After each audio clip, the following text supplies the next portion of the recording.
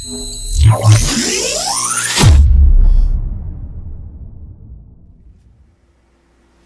everybody, it's Ethan from Zimmer Labs, and this is Ross's Masterpiece Battle Damaged Obi-Wan Lightsaber.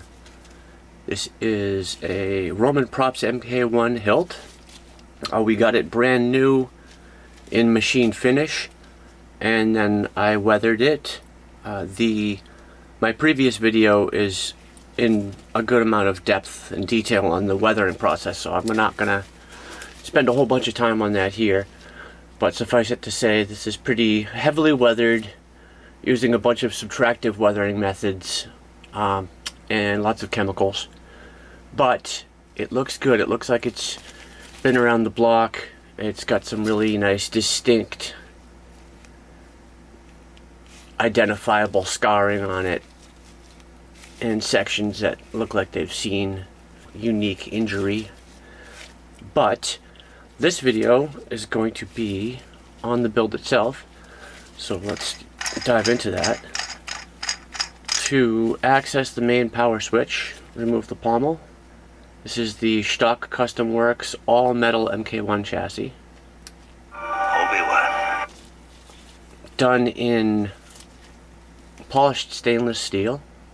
On the bottom here, when you remove the pommel, you've got your main master power switch, USB access, SD card, and your recharge port here.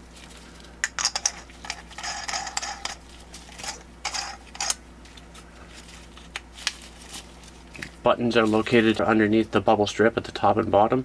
Auxiliary button here, main power button here.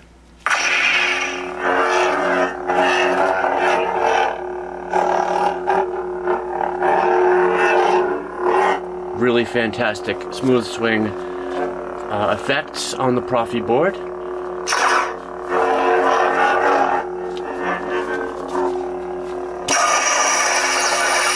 Outstanding light shine through on the blade plug here.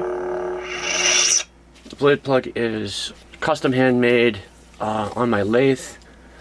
Just some turned aluminum with a little bevel in the center to give it a little extra looks, and then inserted into some diffused blade tube. What I did with this one though, because blade plugs can be kind of a hassle to get out, you know, you have to get them just right so that they fall out on their own. But if if a little piece of dust or grit or something gets in there when you put it in, it still may get stuck in there, right? So the solution to that is to use the pogo pins that are on the blade connector as a lever to help you eject the blade plug. So what I did was I built the blade plug so that it works basically like a button, taking advantage of those spring-loaded pins. Now the blade plug itself is spring-loaded, which means that it can't get stuck in there. So no matter what, you could just shake it and out it comes.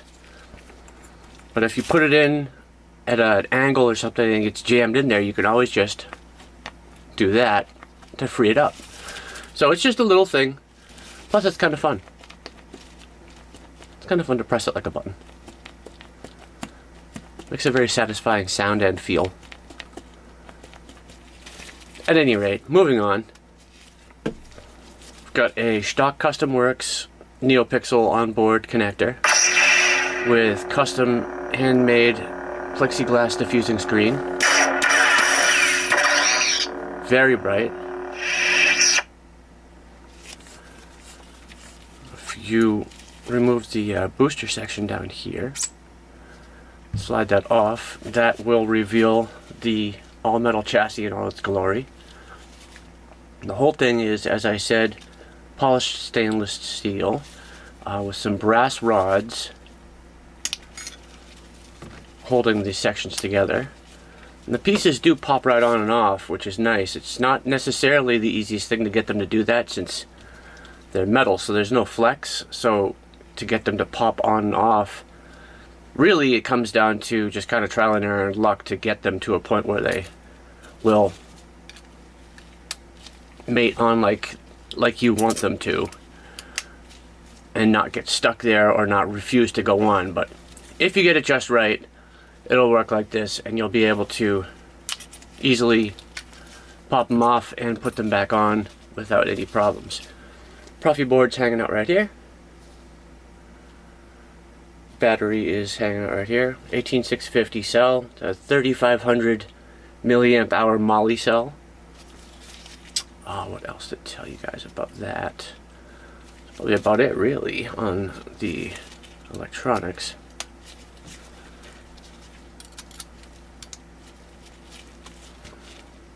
But the look is good. The look is real nice, and it's nice to have the whole thing in metal, because it just, you know, it's a Masterpiece level build, so you want it all to look legit. You want it all to look real and accurate and realistic as far as the prop goes. So when you're taking it apart to show your friends or to repair something, you want it to look like all the parts are really lightsaber parts. To access the Rudy Pando crystal chamber chassis section here, just pop and release the Graflex clamp lever, then twist, slide, lock. You can close the clamp if you want. You don't have to, obviously.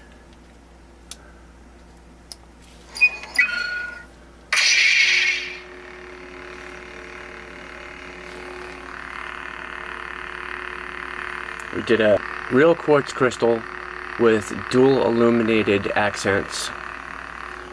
So what I mean by that is the crystal illuminates to match the blade, but the heat vents here illuminate on their own data line and with their own programming. And what it's doing is heat sinking. So you'll see as it shuts down, it goes from piping hot and cools off all the way through off. It does that in about 4 or 5 seconds. And reverse, obviously, when you turn it on. It warms up, heats up, and reaches maximum temp. Looks like maybe it's more like 10 seconds or so, but now it's reaching maximum temp right about now. And so you'll see the heat vents here kind of leveling out.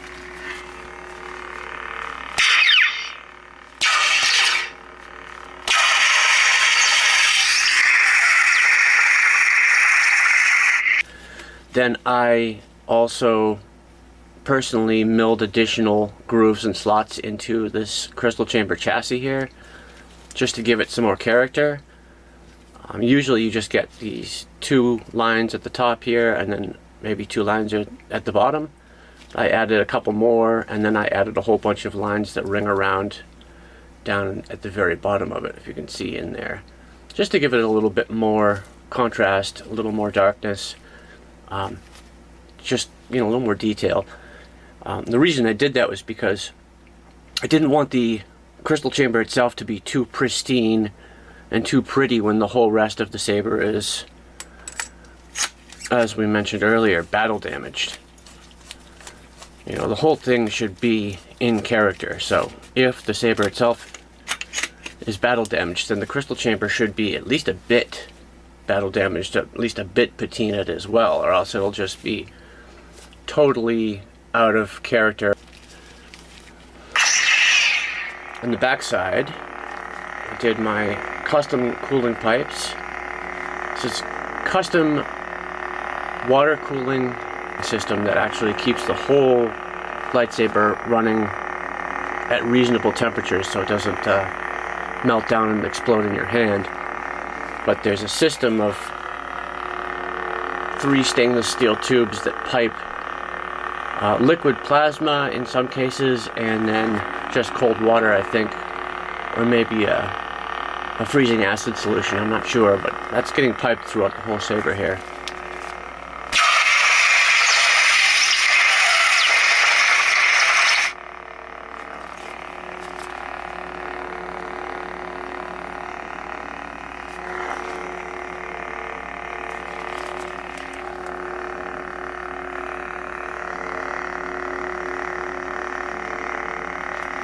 And Ross wanted me to do specifically this setup because it reminds him of the exhaust pipe design on motorcycles, certain motorcycles.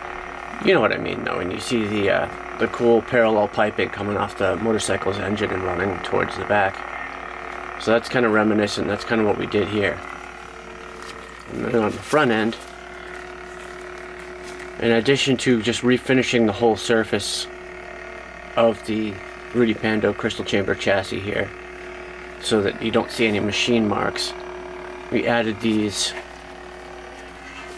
additional custom cooling parts to help cool the saber. They are brass and aluminum, also handmade, hand turned and patinaed and then weathered. These are tough because to do these right you have to do them perfectly. You don't want any marks on them. They've got to be done like so that they're still pristine.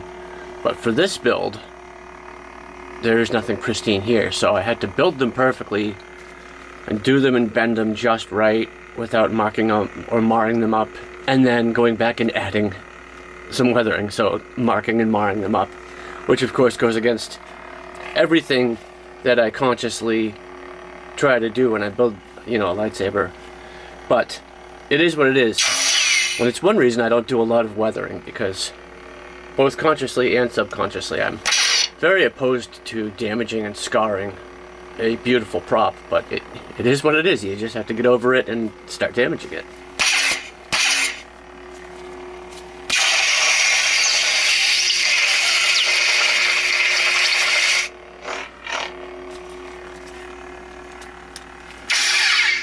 Alright, so let's lock her up.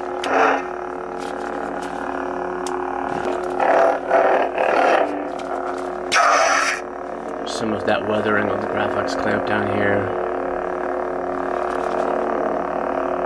This thing definitely looks like it's seen a fight or two. Let's put the blade in right quick. A retention screw up here in the emitter. It's a very small one. I think it's a T6. Might be a T7, but I think it's a T6.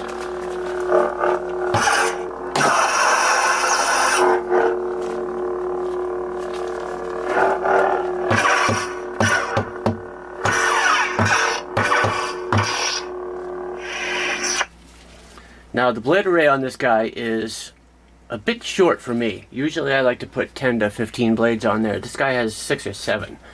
But I wanted to keep it simple, keep it Obi-Wan, and also maximize the processing power of the proffieboard by not having a really massively over-crammed config file and a config file that had to be compressed. So when you're programming and uploading your config and the final OS into your proffieboard for your lightsaber, you have the option of uploading it in, I think, 5 different speeds. Those 5 options are smallest to largest, meaning how much is the Arduino software compressing the operating system and the config file to fit it onto the storage on the proffieboard. Now the more you compress it, the more the proffieboard has to uncompress things on the fly as it's working. Now the proffieboard is a super powerful little baby computer, so it can handle compressing and uncompressing things, but if you want the absolute best behavior as far as effects and sensitivity go, you want to try to not compress the final upload onto the proffieboard, so that the proffieboard isn't doing any extra work uncompressing files or code or anything like that, so you get basically the highest possible performance you can.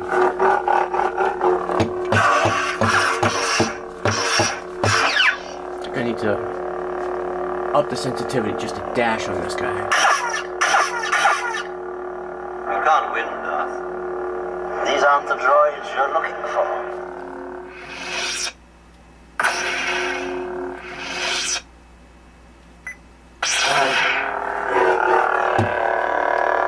Let go your conscious self and act on instinct.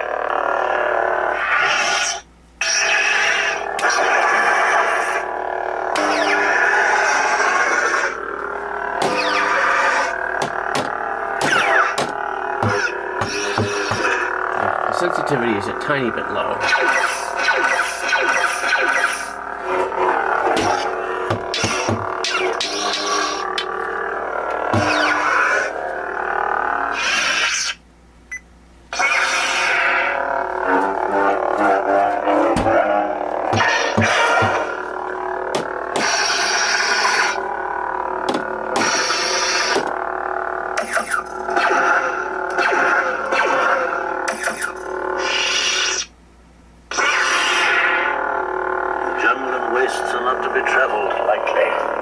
of good Obi-Wan quotes on here. Elegant weapon, but a more civilized age.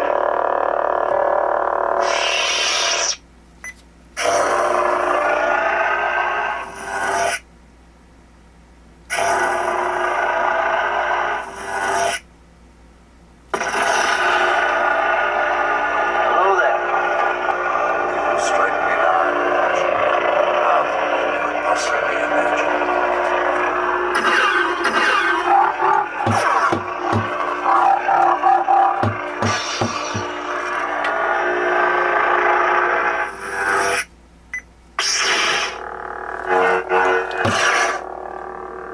What brings you out this far? The Force will be with you. Always.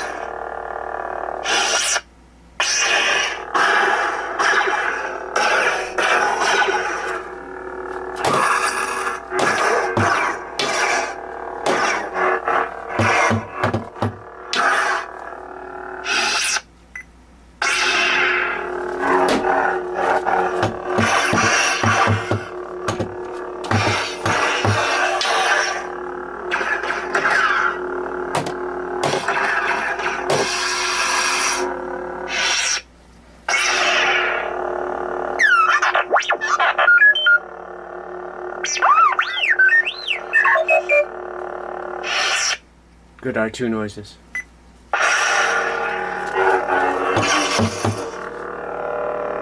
These aren't the droids you're looking for. Obi-Wan Kenobi. This is the weapon of a Jedi Knight.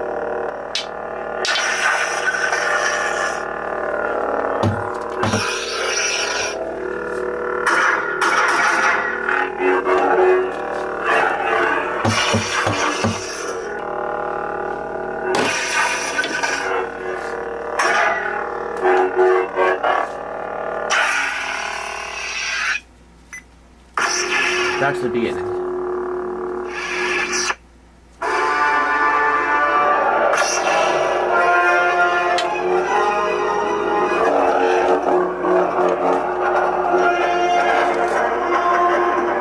These aren't the droids you're looking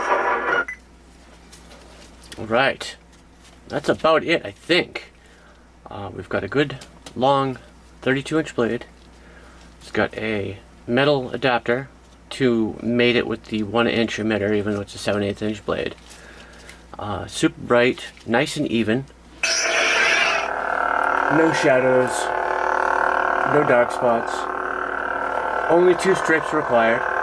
2 strips is the best way to build a blade because if you do it right, you get the most even, best illuminated blade.